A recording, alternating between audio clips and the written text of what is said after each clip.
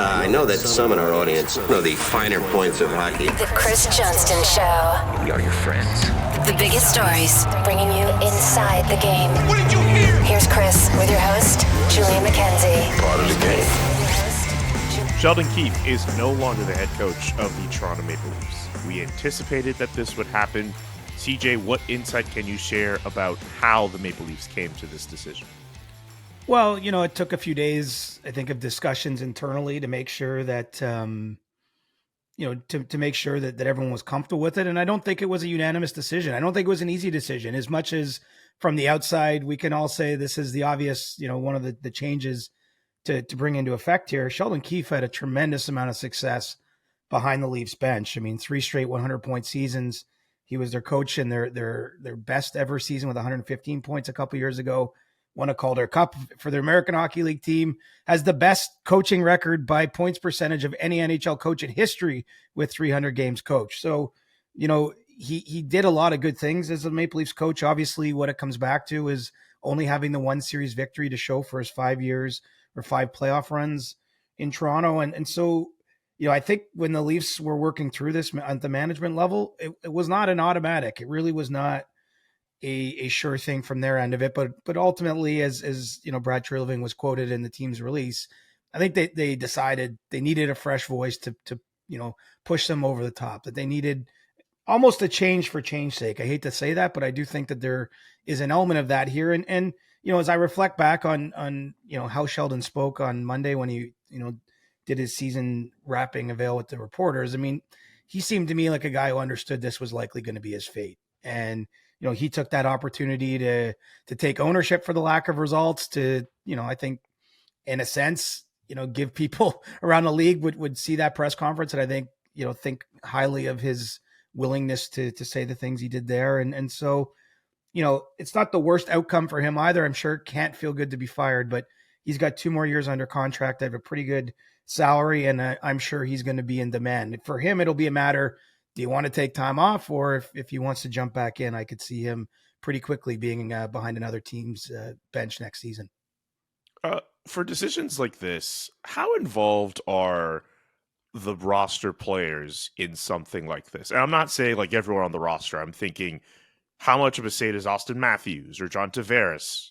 How much of a say do those guys have in something like this? I think generally speaking, it's pretty small. You know what I mean? As much as those players are important players to the Leafs organization, part of the foundation of the team, getting paid the most money of anyone in the organization, you don't want the inmates running the asylum, for lack of a better term. I think that, there has to be a top-down structure, but that being said, of course, players are asked about that and a whole bunch of other things about the organization when they have the end of season meetings. And, it's my understanding that Sheldon Keefe didn't participate in the Leafs meetings at the end of the season with players, which isn't necessarily, that does happen in some other circumstances, but he was not part of those conversations. And so I think it's reasonable for us to expect that some of the questions being asked might be about how, players felt the team was run, maybe tactical things, all those sorts of things, but I don't want to by any means term this as though the Leafs players got their coach fired. I don't think that's the case. I mean, as with any coach, it's tough to keep a message, for a long time. It's tough to keep people's attention. It's tough to find fresh ways to maybe reinforce the same concept that maybe your team isn't getting. Sheldon Keefe gets fired as the 5th most tenured coach in the league at the time of his firing. So, obviously a lot of other teams have reached a quicker conclusion with their coaches than he got. And as I mentioned, I do think he'll be coaching somewhere else in the league. And now we see what the Leafs do. I mean, it seems to me that they're going to prioritize, someone, a veteran. I don't think they'll be looking to find the next up and coming coach, for example, out of the American Hockey League. I think that you're going to see them prioritize experience in their next hire. All eyes immediately go to Craig Berube, who's probably the most experienced, most employable coach, someone who I know New Jersey has shown interest in, who was way down the road with Ottawa and very nearly, got the job there before Travis Green was hired. And, I think was probably, we would call him the front runner here for the Leafs coaching job, but there's others, Todd McClellan is available for work. Gerard Gallant is out there, even someone like Bruce Boudreau. I mean, I'm not saying it's likely, but he's made no secret over the years of his desire to coach in Toronto. He always, called the Leafs his favorite team, and I think he wouldn't mind working. Maybe you see him come on in some sort of assistance capacity. So, those are a few names that come to mind now, and I'm sure the Leafs staff will dig even deeper than that. I mean, DJ Smith is out there too. He was an assistant in Toronto years ago. Obviously, got his head coaching debut in the NHL with the Ottawa, but he's around. I mean, Jay Woodcroft. I mean, there's certainly no shortage of candidates that have had success at the NHL level that have coached prior as head coaches, and I'm sure now the work is already begun to hire the replacement, because there's other teams out there in the marketplace: Seattle, San Jose, New Jersey, as I mentioned. LA's got to figure out what it's doing, and so there's some competition for some of those individuals, and I'm sure the Leafs are going to want to get moving quickly here. Berube seems like the obvious pick here. Todd McClellan, it's easy to forget. He lost his job earlier this year, but he's had playoff success. I wonder how high up on that list he would be for the Leafs. Well, I mean, I think at minimum he's a conversation, right? And some of this comes down to style of play, and I'm sure you saw it was a pretty big talking point in LA that they were playing almost like a 1-3-1 trap style game this year. I don't think the players liked it based on some of their comments in the media after the season. I don't know if that makes the most sense for the Leafs. Again, that's not ruling him out, but I think part of this, of course, is you're looking for someone with a resume, with experience, with proven ability to get a team over the top, or coach a high level team. But also some of it will be personality based, and what plans that person may bring to the conversation when they sit down with Brad Treliving and discuss a vision for the Leafs. And so, I agree. I think Berube is the most likely outcome here, but nothing is done until it's done. And as we're recording this on Thursday morning, they're still working on the termination agreement with Sheldon Keefe. I don't think that they've hired. No, I'm just saying, like, they've just fired Sheldon Keefe. I was going to say, that old saying that the ink's still drying on the contract. That's kind of what I was getting at. But, this is still a very fresh decision that was communicated to Sheldon Keefe. But, you'd have to think Berube is going to get a good hard look here. And, I have no reason to believe, I think that this is a job he would want too, just knowing, in terms of what the Leafs could pay someone like him with his experience, in terms of the roster they have, the expectations, even the prestige of the job, be a pretty appealing position to someone like Craig Berube if the Leafs do make a move to hire him. So now that news is past us, what else can we expect from Friday's press conference with Brad Treliving, Brendan Shanahan, and MLSE President Keith Pelley? Well, I think this will be 4 minutes of that press conference. I don't think this is nearly this. I'd be surprised if this is the end of the changes. And I'm not talking about, the typical bottom of the roster changes. I think there's more fundamental decisions that need to be made about the team. What I'm most interested in hearing is from Keith Pelley himself. I mean, he's basically 5 weeks on the job as the president and CEO of MLSE. He's not spoken that I'm aware of, since taking that job anywhere or in any capacity publicly. And so to see and hear what he, how he views the organization, how the management structure is going to work going forward. Perhaps we'll entertain a question on the core four, so to speak, or what they're going to do with the main players on the team. I mean, I think that there's still a whole program that the Leafs are trying to get right, that it's really, from those three gentlemen that'll be, speaking on Friday morning, that they have to get it right from. They have to set the path, right? They have to set the plan. And so I think we've kind of dead and buried the Shanahan plan around here. The original statement from when Shanahan, showed up in Toronto and laid out a vision for how, he planned to turn around the Leafs. And honestly, in a lot of ways it's worked. I mean, the Leafs have been a very top regular season team for a prolonged period of time. They've had players that have won awards that no one in the organization had won in 40, 50, 60 years in some cases. They've got back to a position they want to be, but obviously have had, no amount of playoff success to go with that is really the missing piece here. I mean, he wasn't brought in to get a Hart Trophy winner or Calder Trophy winner in the lineup. He was here to get the Stanley Cup back to Toronto. So, how they plan to do that, I think, it's always an important question, or it's always going to be a question that's sort of highly anticipated from the fan base. But I think it's even more critical at this stage because you do have, a new person at the top of the entire organization in Keith Pelly. You have, True Living, still a relatively new general manager, not even a year on the job. This is really, in my eyes, I mean, the first, the first chance for him to put a real stamp on the team. Obviously, he made signings last summer, but this is he's had a year under the hood now, and has a chance to make that those decisions. So, I think it's going to be pretty compelling live viewing, and I'm excited to be in the room and see what Friday brings for us.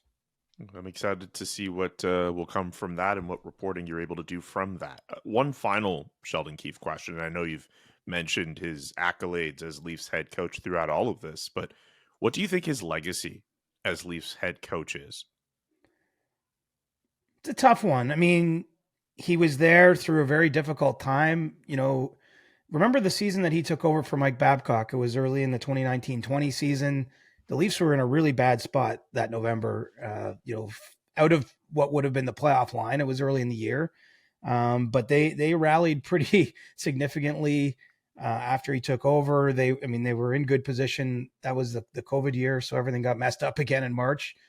He had to coach the team through that COVID year, and the next one, 2021, where they won the North Division far and away. What he was known for doing is he was the one who put Austin Matthews and Mitch Marner together on a line. It was something his predecessor, Mike Babcock, really never did. He played his top players more. They had their best individual seasons under him. And so I think it's going to be a legacy of helping those guys along in their development. But, part of it is also the legacy the team has from this era, and that's not winning the big game, right? He was behind the bench when they lost to Columbus in that 5-game series. He was behind the bench when they blew the 3-1 lead to Montreal, when they failed to beat Tampa in 2022, when they lost this Game 7 in Boston. And there's all sorts of things around that, but, that will be part of the legacy, is he just wasn't able to get them over the top too. But, a lot of good things were achieved during his time as coach. As I said, his record is, second to none. I've got literally zero doubt you're going to see him coaching another NHL team. This was his first job, remember, as an NHL head coach. He got hired, I don't know his exact age, but in his late 30s. He was a pretty young NHL first-time head coach and did manage to have a lot of success, but couldn't push the group where they needed to go ultimately. I think some of that is on. It's a shared burden, I would say, from management even to the players themselves. But I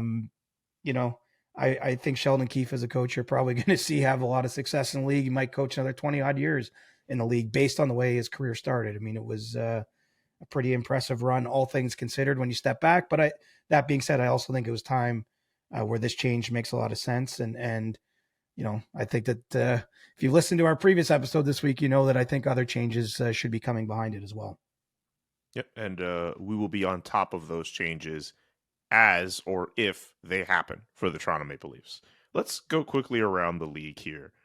Did you get to watch any of Vancouver-Edmonton yesterday? What a game in Vancouver for Game 1 of that series between those two teams. 4 unanswered goals for Vancouver to come back and win. What do you think of that? I think that series is going to be great. As we were, I'm going back to this. Everyone was anticipating some Oilers sweep or something. And it's going to be much closer. It's, you don't expect to see 5-4 games necessarily in the playoffs. Right. And so, great environment, in Vancouver for that game, and 2 Canadian markets slugging it out. I think it's going to be, pretty compelling series. Pretty amazing for me to see Zach Hyman put in another couple goals for Edmonton. The guy just does not stop. He's scoring goals that money can't buy, my friend. Did you see Shaq, like Shaquille O'Neal, got a Zach Hyman jersey during their Inside the NBA broadcast yesterday?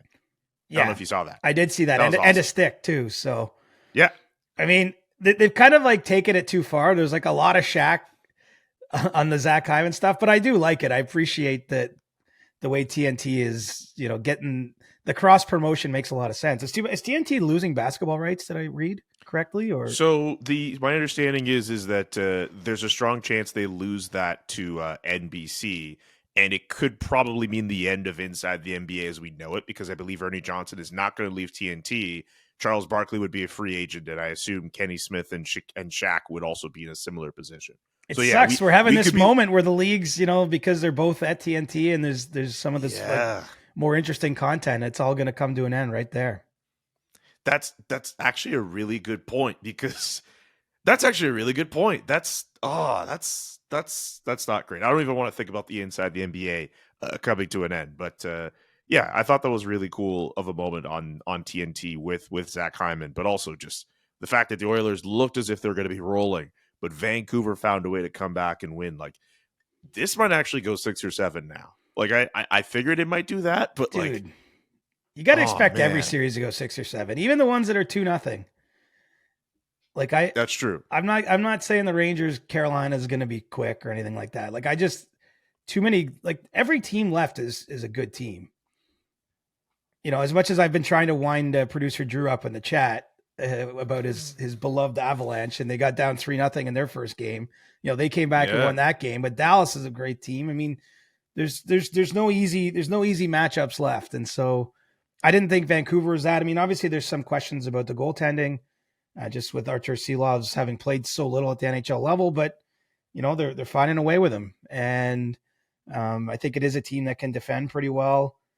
And, I still have the Oilers in the series. I'm not going to go changing a pick based on one game, but I just don't think any series you should expect a short one. I know we had more short ones in the first round than normal, but I think part of that is the Metropolitan Division just wasn't as strong this year. So teams like the Islanders went out a little quicker, easier. Washington, the same thing. But by and large, I mean, it's a tight league. So I would never be predicting sweeps at this stage. Yeah, I think Edmonton's going to win game 2, and we're going to see some really interesting games in game 3 and game 4 in Edmonton.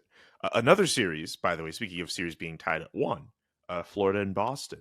It's going back to Boston tied at 1-1, but also we saw a fight yesterday between Matthew Tkachuk and David Pastrnak.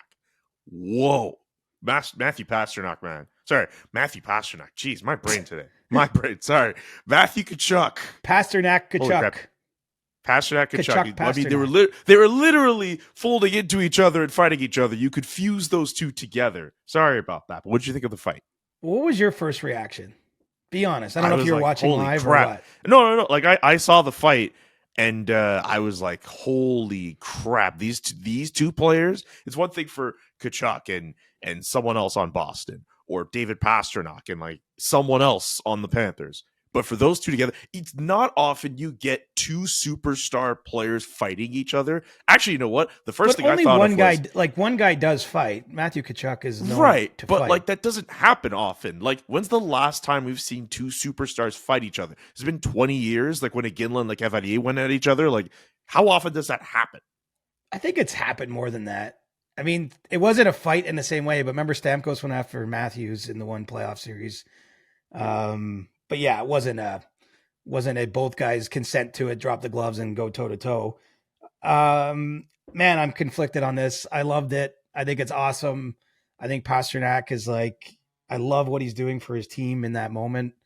It's a game where they're getting pushed around. Obviously, you know how the Panthers want to play that series. Some of his teammates were out of the game injured.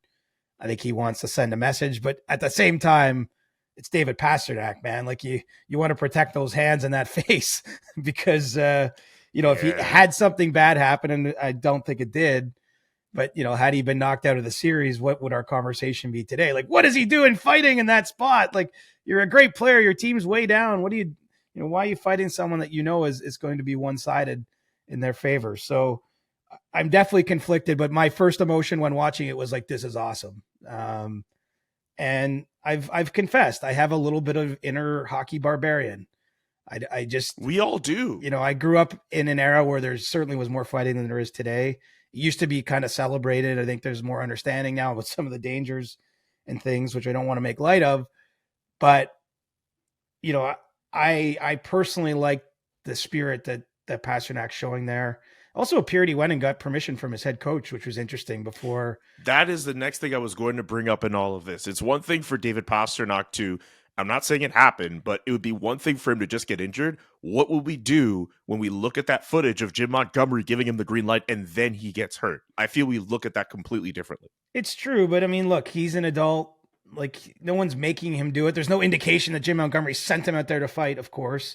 So, you know, he's seeking approval from the coach. But I mean, at the end of the day, lots of guys fight that the coach, you know, doesn't approve of, right? Or doesn't get a chance to in advance say yes. So, I mean, Pastrnak was acting of his own free will there. But, you know, it was interesting. He went to the bench and the coach didn't mind. I mean, what are you going to do if you're the coach? Like, no, you can't fight. I mean, I guess, but it's a weird one, and it's unique to hockey, right? Because the other sports we don't see fighting condoned in the same way that it is in our sport. But you know, if the Bruins come back and win the series or something, find a way to have an upset. I mean, Pastrnak, this will be part of the lore of all that, right? This will be part of whether that's us just applying a narrative or whatever. I mean, you can be sure his teammates look around and are like, F yeah. Like that's our best, most skilled player out there doing that. Like I just feel like it's a galvanizing type of thing. It's a highly emotional sport. Which when you're not in the middle of the action, I think it's easy to forget sometimes, but you know, part of the playoffs is keeping the spirit and energy alive in your team, and it's a difficult thing to do because everyone's laying it out there. Obviously there's varying levels of injuries. Guys are actually physically, unable to play at times. And so anything you can do to lift the team spirits, which could be a fight, it could be a speech behind the scenes. We've heard winning teams talk about even things that happen on off days that maybe get the group's mind right. I mean, I think all those things are small factors in a playoff series that are important. And, Pastrnak, it's funny because I covered that Bruins Leafs series up close. Like he was doing nothing in that series. He literally, I mean, he had scored a couple goals, but they weren't sort of game-breaking goals or goals that he, made until the one he scored to win Game 7 in overtime. And then he comes out and does that in Game 2 of the second round. I mean, this is a guy he's been to the Game 7 of a Cup final back in 2019, but he wasn't around when the Bruins won their Cup in 2011. So, I would think he's pretty hungry to help lead his team in any way he can. And that kind of explains how you get to where he was last night. And I heard him say after the game, I'm not afraid of him. I heard that too. I do think intimidation is part of what the Panthers do. I mean, they have a lot of big physical players. I think that's how they're playing the game. They want their opponents to shy away. And obviously, I'm not advocating everyone going out there and fighting to push back, but maybe at the right moment in a game where they're getting pumped, I think that'll be the thing we most remember from this series, quite frankly, let alone just from that one game, just because, as you mentioned, it's not every day you see two superstars, 200-point guys drop the gloves together. Who were the two players who I wouldn't call what they were doing fighting. It looked as if they were sort of dancing in tandem behind the net. Did you see that part of the fight? I'm trying to figure out who were those two players who were behind the net, and it literally looks like they're kind of just like waltzing with each other. I think they were just effing around. I didn't see that one. Oh my God. I think that's the funniest part in all of this. There's like two random players who have nothing to do with what's going on. And they're like kind of dancing behind the net. I was trying to figure out who those guys were. It's a beautiful game, Julian. For all the fighting and the nastiness, there's actually beauty behind the madness. Anyway, that's as much as we can go through on that fight. I still can't believe I said Matthew Pastrnak. My brain is just the. Are you staying up too late watching too much hockey these days? A little bit, but also like just working on other Flames offseason stuff and other content. I feel like since the season's ended, I've worked more than when I was working in the regular season. Oh yeah. Yeah. I'm a little embarrassed to admit this, but I'm still tired from covering the playoffs, and it's like 4 days after my series ended. I don't think that's an embarrassing thing at all. I mean, all the traveling back and forth. Yeah, and just not a lot of sleeping. There was 4 8:00 games in that series, and when you factor in the post game work, like a lot of 2 a.m. bedtimes, and then getting up to fly or whatever. And look at it's the best time of year. Like I know no one is complaining. None of our colleagues that are out on the road right now. Like it's so fun to be covering a series. Like you almost feel the energy even as a reporter. It sounds weird, but like It's just like, but it takes a lot out of you. And I was like, man, I only covered 1 7-game series and I'm still feeling it 4 days later. Like what's it like when you cover the whole thing through, which I've done many times, but it's a lot, even when you're not playing the games. And then somehow you factor it's a gauntlet. but then you factor in these guys are playing the games. Like that's always what I've thought. I've always thought the years I've done 4 rounds, you get to the end and you are like exhausted, capital E, capital X, capital H. And you know, I'm like, but I haven't even played a game. I'm just sitting in the press box eating popcorn while these guys are just eating pucks and throwing their body around. And anyway, I've got a lot of respect for what the players go through in the playoffs. Like it's what makes it so crazy and so much fun to watch. I agree. I wonder what that would be like. I know when the Canadians went to the Cup final in 2021, I didn't travel, but I was getting to go to games here and there, and just I was writing a lot. I was doing radio a lot. I was doing so much stuff. And I remember feeling exhausted by the end of it. I wonder how my body would take flying from one city to another and going from round to round to round all the way to the end if I'm lucky to go back again. Like that. And you want to be doing your best work too, right? I mean, that's the other thing. No. Like like you don't want to be writing Tuesday, November quality stories. You want to be putting out the good stuff because the interest is so high. You want the A1 stuff. Yeah, because the interest is so high. And you're doing it at a time when access is challenging. Like it's a fun challenge. Like literally it's kind of like for the players, it's the most challenging time of the year for us too, to do good work. But the payoff is huge if you're able to do that, because there is so much interest, and you know, these are the games you remember. That's the other thing. There's so many games you never remember happen that you've been to, right? Thanks to everyone who tapped in on this segment where journalists compare what they go through to NHL players. I'm kidding. We're not doing that. Guys, I live in Calgary, and you might not know this. It's like one of the sunniest places in the world, and I need quality shades built to last. Big shout out to our friends at Shady Rays who have us covered with premium polarized shades that won't break the bank. You might not know what Shady Rays is. It's an independent sunglasses company offering a world-class product rated 5 stars by over 300,000 people. Their shades, just like the ones I'm wearing right now, have durable frames and crystal clear optics, making them the perfect choice for all outdoor adventures, especially for people like me who live out west, who have the opportunity to go out and hike and take in the sun. And having these bad boys really makes a difference. Plus, if your shades ever go missing or take an unexpected hit, they have the most insane protection in all of eyewear. Every pair is backed by lost or broken replacements. And if you don't like your shades, exchange them for a new pair or return them worry-free within 30 days. There's no risk when you shop. Their team always has your back with personal and fast support. And right now, if you go to shadyrays.com and use code Johnston, you get 50% off 2 or more pairs of polarized sunglasses. 2 or more pairs off polarized sunglasses. 50%. Like, that's a really good deal.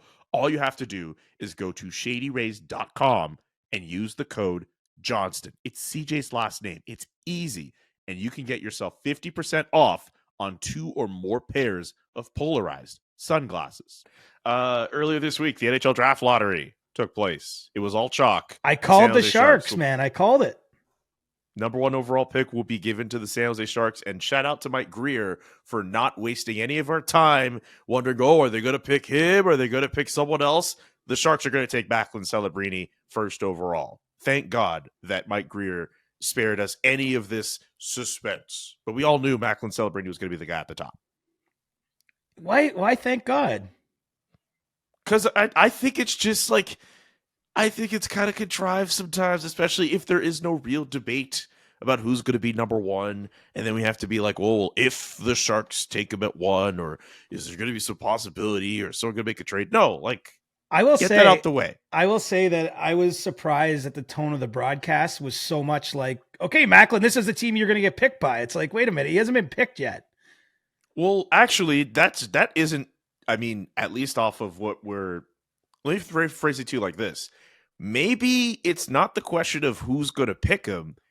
He could always just go back to college. It's just the question of if he wants to just, not go to the Sharks right away. That's something we could be genuinely discussing. Sure, but I found like, and I'm not being too critical here, but I just found it weird that they were like, and now you find out like where you're gonna like, are you looking at Zillow? It's like, wait a minute, what happens if he I goes? love that he had no idea what Zillow was.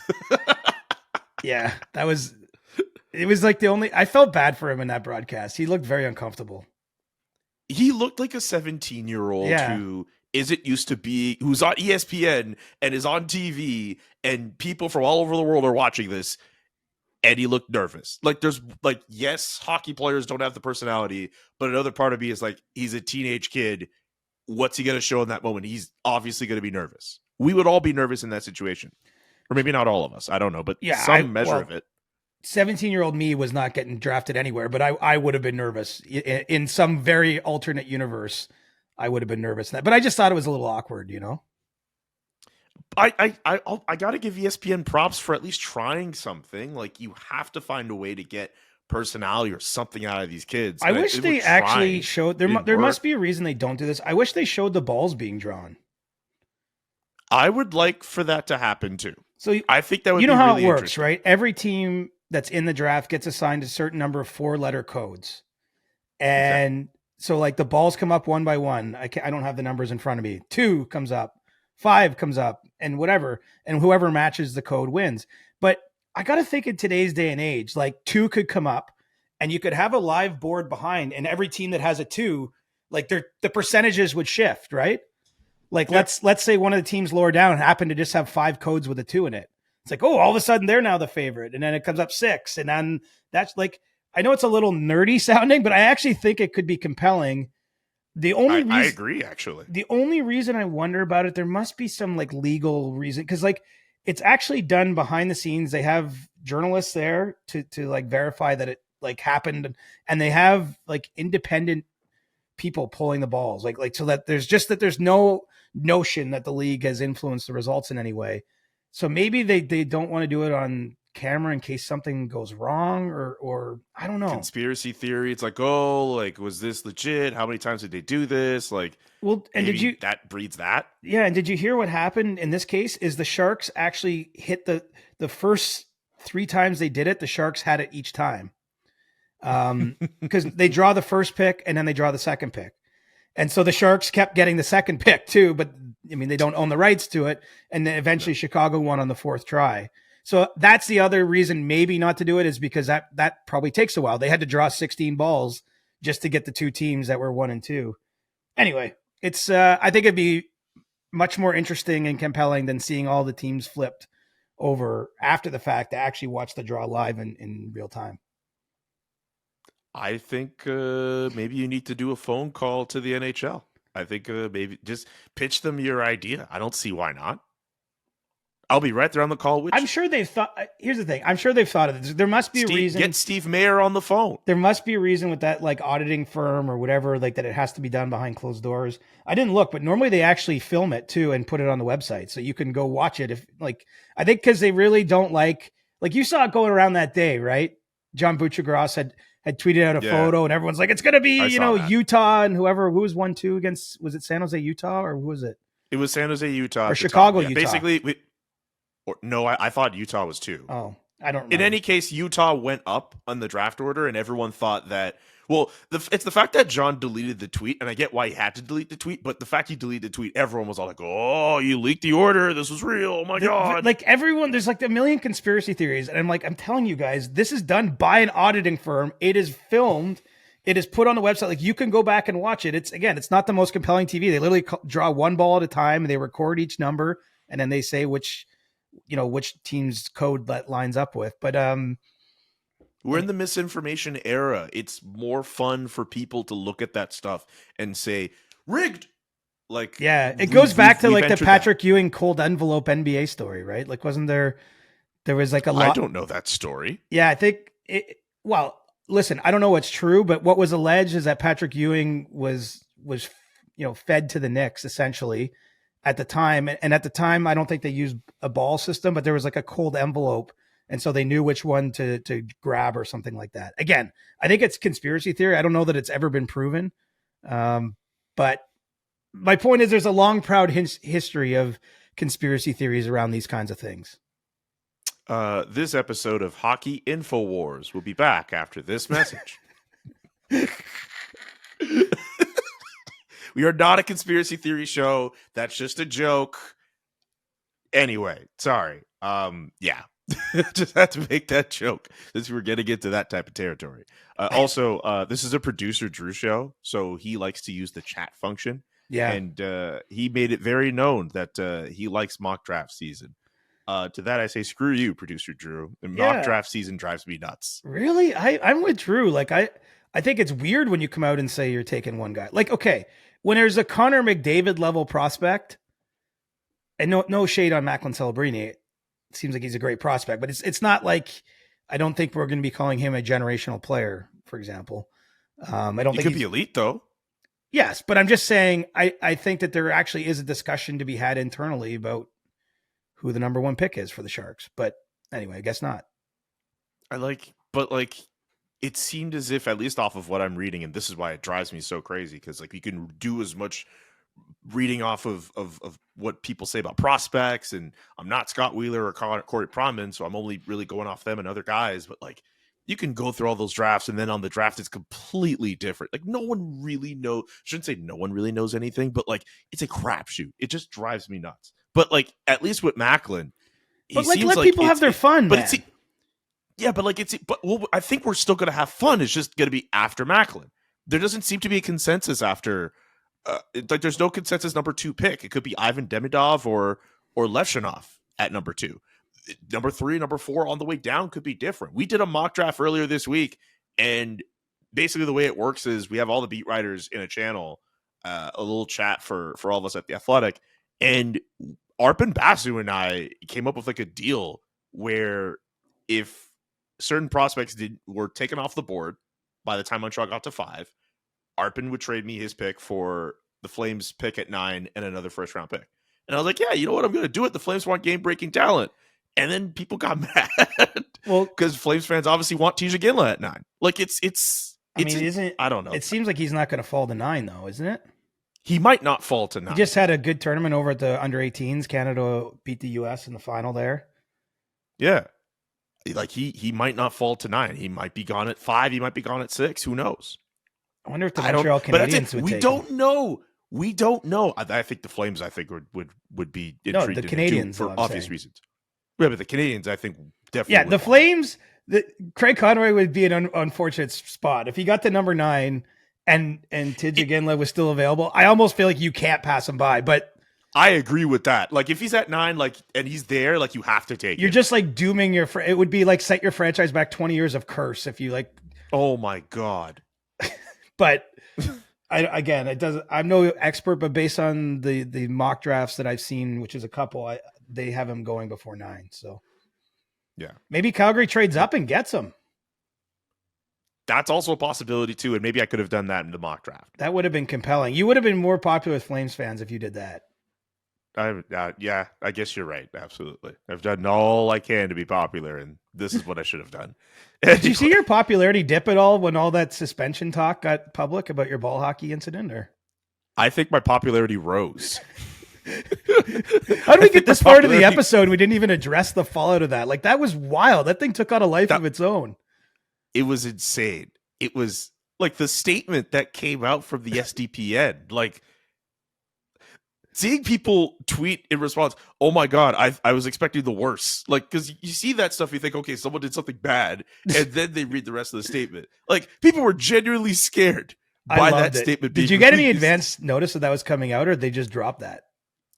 I did get some advance notice. I read it, and I laughed, and then it went up, and then everything else ensued after that. But, like, all the other memes and reactions and stuff, like, I up until I had people DMing me, be like, "Hey, stop being a goon." Like friends from high school were like DMing me, like, "Stop being a goon." Is tonight the night your team has to play without you while you sit your suspension? Correct. Are they going to be able to pull out a W without you in the lineup? Like, or is this a crushing blow?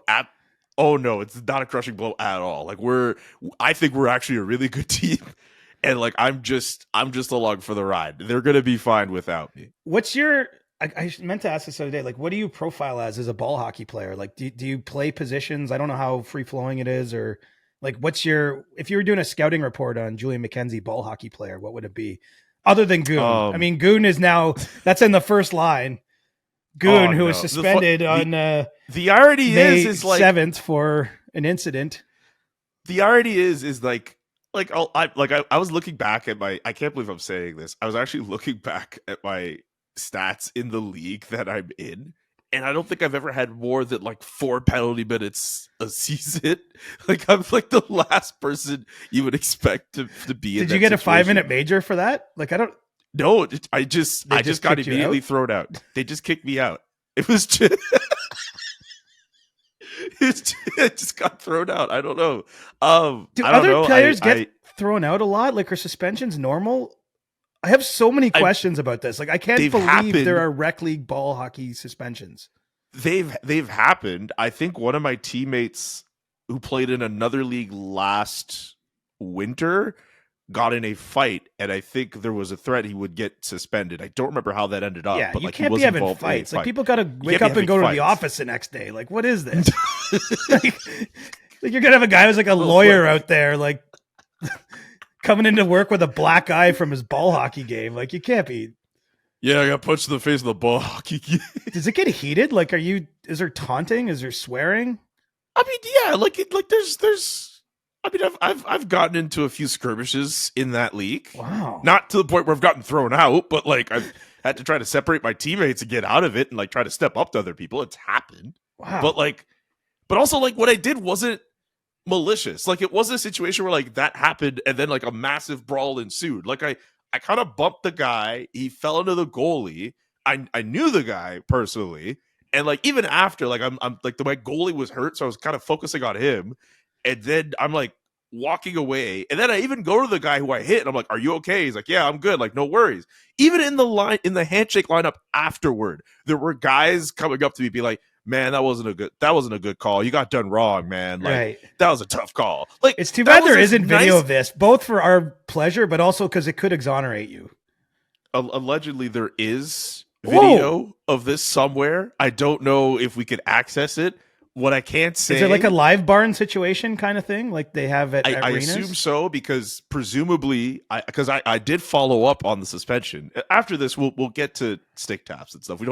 We could get to other stuff. But like... Trust me, anyone who's this deep in the episode is riveted by what you're saying. So like, I want to know everything about this process. Okay. Here is... I'm just going to pull out my phone here and try to dial this back as best as I can. Did you see producer Drew says he's been suspended 10 plus times in his ball hockey career? I'm not completely surprised. But he's also a provincial champ. I'm not completely surprised about that. Drew and I were talking before this show, and he was telling me about how he would get into fights with his brother. And some of the stuff that he was saying, I'm not surprised that's the case. I'm not surprised. Drew is a dirty... He looks like a dude who plays dirty. He does. He absolutely does look like he plays dirty. Okay, what was I looking for here? My understanding is that the league apparently looked at some video. I had no idea there was video. My understanding was that there wasn't. Apparently there is, and it looked like I had a cross check on the guy on the numbers while on a slight angle. I never use my stick, so I don't know what the hell they're talking about. You should ask them to send you the video just for the content, not because I think it's actually going to get you. Release the video. Honestly, I will voice up a full NHL player safety style video if we get the video. Okay, because there were people who were asking about that. If we could, it would be hilarious. Okay, I will ask. Do it for the content, for the man. video.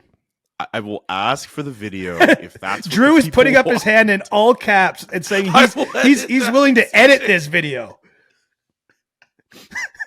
Okay. I'm doing it right now. I love that. I am texting my team captain. Shout out Blair. But also he also thinks it was a brutal call too. I think everyone knows there's injustice here. But I will ask for the video. I'm not making any I'm on your side. We're buddies. So I'm always going to give you the benefit of the doubt. But until I see the video, I'm not going to 100% say like you might have got caught up in the game a little bit. You might not be remembering it exactly as it happened. Like we got to. This could be instructive for us when we're discussing a suspension that you've lived this experience now. This is the most ridiculous thing we've ever discussed on this show. Oh no. I think this is it. This might not even make top 10. No, that's not true. We've spent dozens of minutes on like chocolate bar wars and like we've spent a lot of time talking about nonsense. Yeah, but like I don't think any of them went viral the way this thing did. We've done about I believe this episode is the 250th episode we've ever done. And I think this is the most ridiculous thing we've ever discussed. Well, I mean, I just love that it happened. I still am in shock. Like, we were preparing for Tuesday's show, and Julian's like, oh, I got this text. I'm suspended one game from ball hockey. I'm like, what? Wait a minute. What? What is this? I didn't expect you to bring that up. I was just like, yeah, whatever. You're just going to move on your life. You're focusing on 300 other stories. And then all of a sudden it's like, yeah, I want to know about this. This is our life is part of the content, bud. That's just how it is. This is what you've signed up for. Well, we're a serious show, CJ. I know. This is what we're supposed to discuss serious hockey topics, like what the name of the Utah hockey team will be. Is it going to be Yeti? Is it going to be Mammoth? Is it going to be Blizzard? They've got up to 20 different names now in a poll going around to fans, released by owner Ryan Smith. So we're a serious show. So you know that I was on board with HC Utah when they just had the 8 names. That was the one I liked the best. But now that they've expanded it to 20, I have found one that I like better. What's the name? It's no way it's going to be the real one, I don't think. But I like Utah Squall. You can't be serious. I'm serious. You can't be serious. Let's go Squall. Let's go Squall. You got to be kidding me. That is like, I mean, it's not ice or it's Producer not ice Drew said or he's going to turn my camera off. Yeah, please. You should actually do that. That is an awful name. Utah Squall. Are you kidding me? You're this like one little weather phenomenon that happens for 5 minutes. Get out of here. The Squall. It might as well be the Blizzard. I got to tell you, I really don't like the names in general. Like, I think that they've come up with an absolute trash set of names for this team.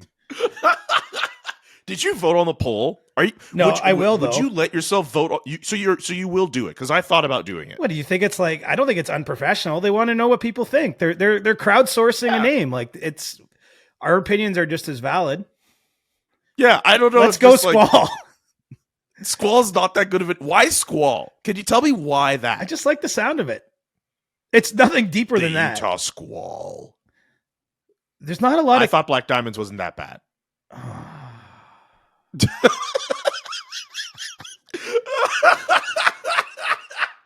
You don't think Black Diamonds is good, but you think Squall is?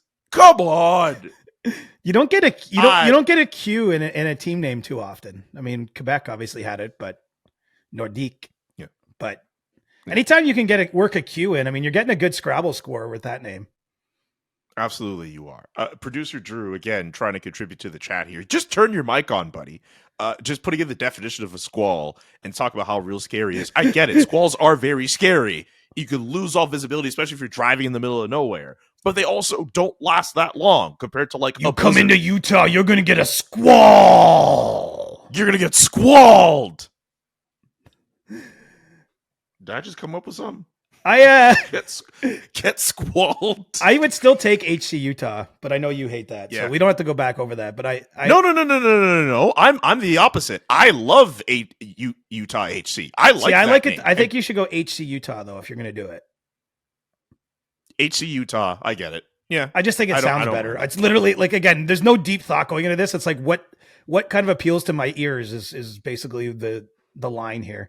That's why Black Diamonds it doesn't sound like a hockey team. I mean, I think it's better than Squall, but you know what? Maybe not. You know what's funny? I thought this episode was going to be a tight 30 minutes. I don't even know where the timer's at, but I don't even know where the timer's at either. We might as well get to stick taps. I was ready for this to be a 30-minute episode, and then you had to bring up that suspension. Well, because the people want to know. I know they do. It's fine. It's hilarious.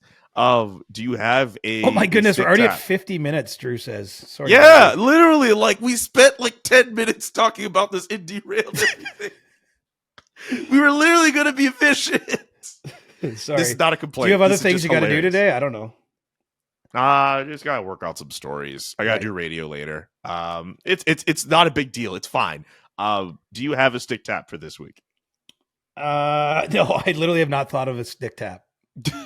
I mean, I have a cross check. I think you have a pretty good idea as to what it is. Yeah, I'm going to do. Do you know what? I was at the first PWHL playoff game in history. How was that? Last night? It was great at Coca-Cola Coliseum. I think 8,200 fans, filled the place. It was Minnesota against Toronto. Fun game. So I'll just stick tap the PWHL. I mean, I think they've been doing an awesome job all year. That's the fourth game I've been to now this season. Always buying tickets too. Like just going as a fan. Had a beer last night. Nick Barden, I don't know if you know Nick. He took a picture of me, like a Zapruder picture from the press box, and texted it to me. But it was. There were a few people texting me yesterday who were all like, "Yo, CJ's at this game. Really? CJ's at this game." I'm like, "Okay, yeah." Like At they least saw one me person there, did.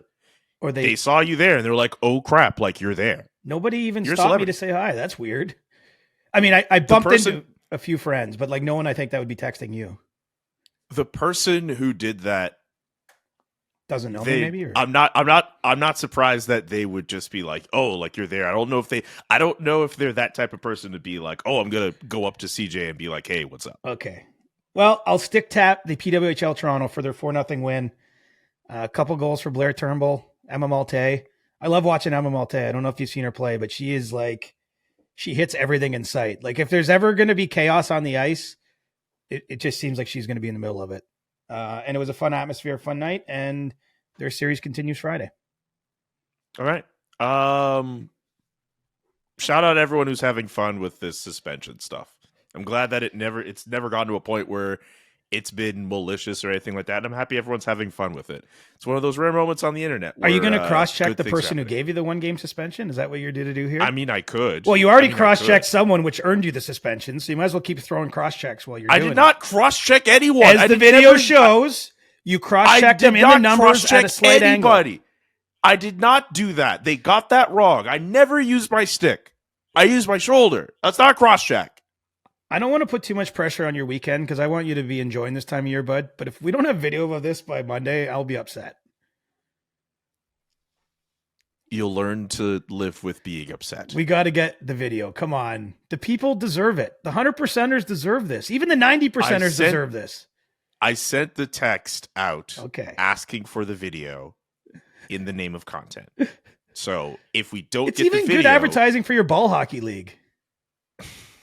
Jesus Christ. Yeah, come watch this league where this bum Goonery. occasionally plays forward in defense and gets himself suspended. Yeah, this is a great league. Awesome. Goonery. Great talent. All right. Get your questions in on Monday for our Monday show. Ask CJ. Maybe we'll have the video by then. Maybe we won't. Maybe there'll be other great stuff to talk about on this podcast that has nothing to do with my ball hockey career. Thanks for everyone who paid attention this week and subscribe to the show, whether on podcast, whether on YouTube. And yeah, we'll be back next week. Should I mention that you should keep your head up if you're ever playing ball hockey with Julian as well? Okay, wrap it up, producer Drew. Bye, guys. The Chris Johnston Show. Inside the game, twice a week. Follow Chris on Twitter @ReporterChris. And follow Julian Mckenzie @JK Mckenzie.